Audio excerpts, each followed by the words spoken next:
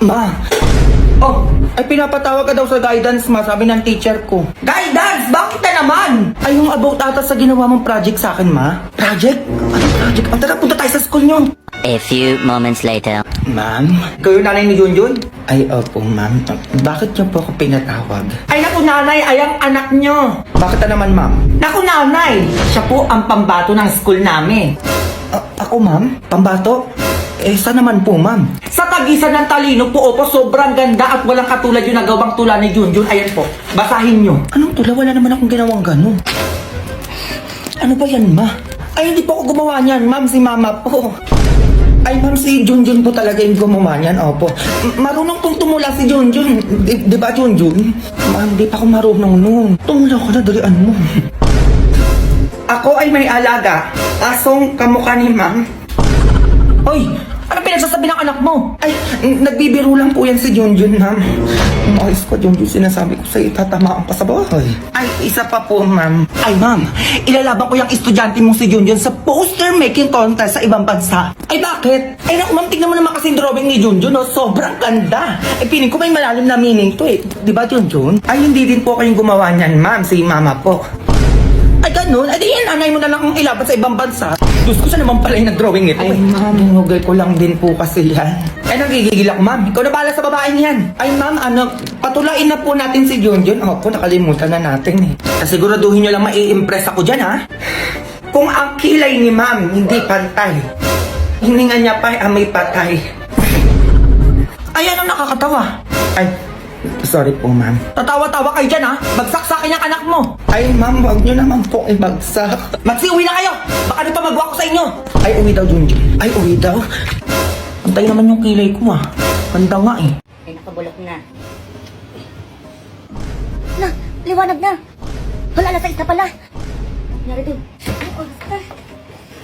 Kuya, ano yan, Junjun? Ba't ka nag-uniform? Eh, anong oras na malis na ako? Papasok pa ako sa school. Nananaginip pa na naman, wala pa kayo pasok.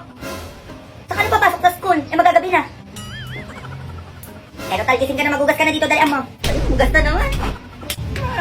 Pumasok ka dito, dalian mo, huwag mo na akong paghabulin pa dyan. Oo na nga, papasok na eh. Huwag mo akong anuhin dyan, sinasabi ko sa'yo. Ay, ito na ako, papasok na nga eh. Ay, Junjun, huwag mo akong tupuan dyan, tumayo ka dyan, dalian mo. Papasok na nga eh. Hindi na nga ako lalabas eh. Pahabol ka pang bata ka, pinagod mo ka, halika. Ayoko na nga. O, ano na naman yung Berting? Ba't dito ka na naman? Sino yan, ma? Maliligaw ng nanay mo. Maliligaw mo, ma? Ay, Diyos ko po, ang tanda-tanda nyo na. Ayun nga, nak. Ayun yung sabi ko sa lalaking to, matanda na kami, naliligaw pa din. Eh, ayun naman na pala ng nanay ko, kuya. Ba't naliligaw pa din kayo? Eh, kasi napamahal na ako sa nanay mo. Uy, baka nahilo ka. Anong mahal? Eh, di pa nga tayo nagkakasama. Ay, naku, sige na, kuya. Tigilan nyo na yung nanay ko. Baka di mo pa narinig yung sinabi ng anak ko. Sige na, pwede ka na umalis. Sayang naman, nakala ko may makakasama na ako sa mansion ko. Mansyon? May mansyon po kayo? Ay naku, meron. Ay naku, Berting, hindi mo ko makukuha sa ganyan-ganyan mo. Pwede pa nahimik ka na muna dyan, ma. May mansyon to, oh. Ay sige po, maupo muna po kayo dito, papa. Ano pa pinagsasabi mong bata ka? Naku, alam ko po talaga, may gusto sa inyo yung nanay ko, eh. Nagtatakipot lang po yan. Ayun, sabi ko na nga ba eh, kaya lagi kong pinupuntahan yung nanay mo dito eh. O, diba? Takipot ka, madalian mo kung gusto mo yumaman tayo dito. Ito na, gintay ko dyan. Ay, ano pa po palang meron kayo bukod sa mansion? Ay, ako yung may-ari ng SM. Tapos may 10 kotse pa ako. Meron pa akong mansion sa Amerika na pwede niyong tirhan. Ay, grabe naman. Ang yaman naman pala na magiging tatay ko. Bobo ka ba? Gusto mo ikaw na asawahin, ikaw nagdidesisyon, di ba? Ayoko nga mapangasawa yan. Manahimik ka na lang dyan, ma.